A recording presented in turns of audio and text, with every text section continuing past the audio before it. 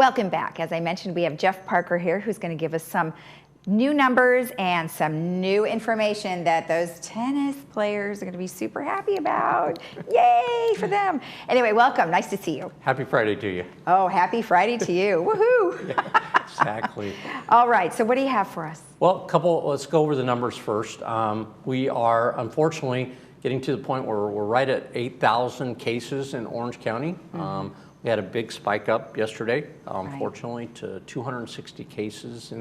We were in that 140, 130 lower number. So a lot of correlation being talked about out there of the Memorial Day weekend and that showing up in signs, the protests and those showing up in signs.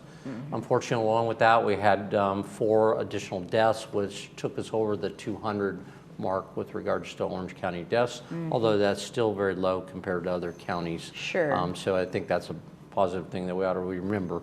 Hospitalizations are still up, and I think, again, that's reflective of the additional cases. And so we want to be, for our community here, again, just be cautious, be safe. Stay-at-home orders are still in place. Right. We did have a change from Orange County with regards to the requirement of masks, though. They have a new order out that's not making it mandatory when you go out that you wear a mask. Now it is highly recommended that you wear a mask. All right. So that is the change from Orange County Health with regards to wearing a mask if you can't socially distance. Obviously, Exactly. if you're out walking by yourself, then there wasn't a requirement. It was just when you couldn't socially distance, when you were in a store, in a market, or if you were in groups. And now it's just highly recommended, which... Well, you know what? Even though it's highly recommended, it still is, I mean, it is a personal choice, but I go to the grocery store, I'm still wearing that mask for sure, because, I mean, you do tend to be close. So if you can't keep that 6-foot distance, then it might make sense. And some businesses have and they do have the authority to say that you have to be wearing a mask when you come in as a customer. And certainly their requirements to be open, their staffing are having to be required. Just like here at our offices, we're wearing masks. Even though the community center is not open, our staffing are wearing masks while they're here.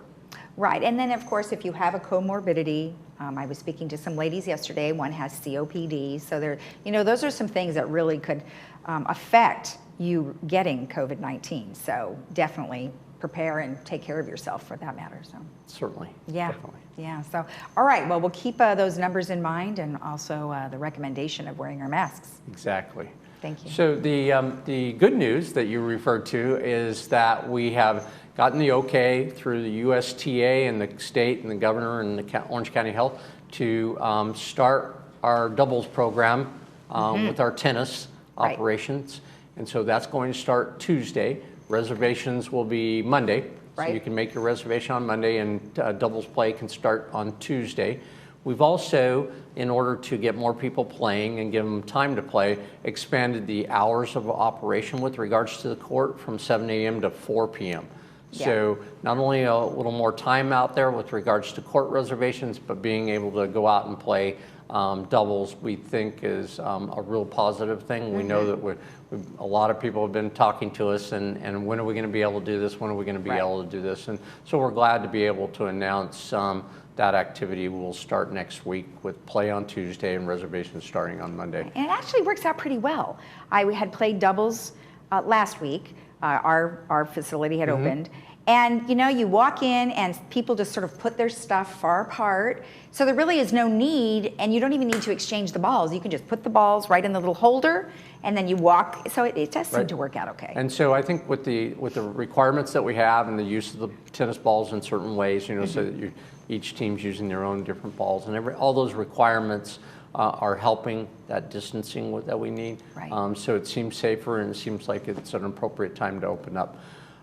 With the tennis opening up next week, we'll then also start evaluating when we can see the doubles play coming back for pickleball. Okay. And so we don't have that set yet, but it probably will be the following week or the week after that. We're just trying to get our protocol together and evaluate how we're doing, see how our tennis program goes, and then once that's good to go, we'll open up the next phase with pickleball Okay. and paddle tennis as Oh, well. okay. So the tennis then, the doubles is only for tennis. Tennis. Now, what about the hours extension? Is that only for tennis? No, or that's for both. That's for all of them, That's right? for both, from Okay. 7 a.m. to 4 p.m., Monday through Friday, and pickleball and paddle tennis alternate. Pickleball is Mondays and Wednesdays and Fridays, and paddle tennis Yes. is Tuesdays and Thursdays. Right. Also with tennis, we're going to be open from 7 a.m. to noon on the weekends, both Saturday and Sunday. Was it not open? Oh, was it not open at all before? We weren't originally. weekends? Okay. So now we've expanded to the weekends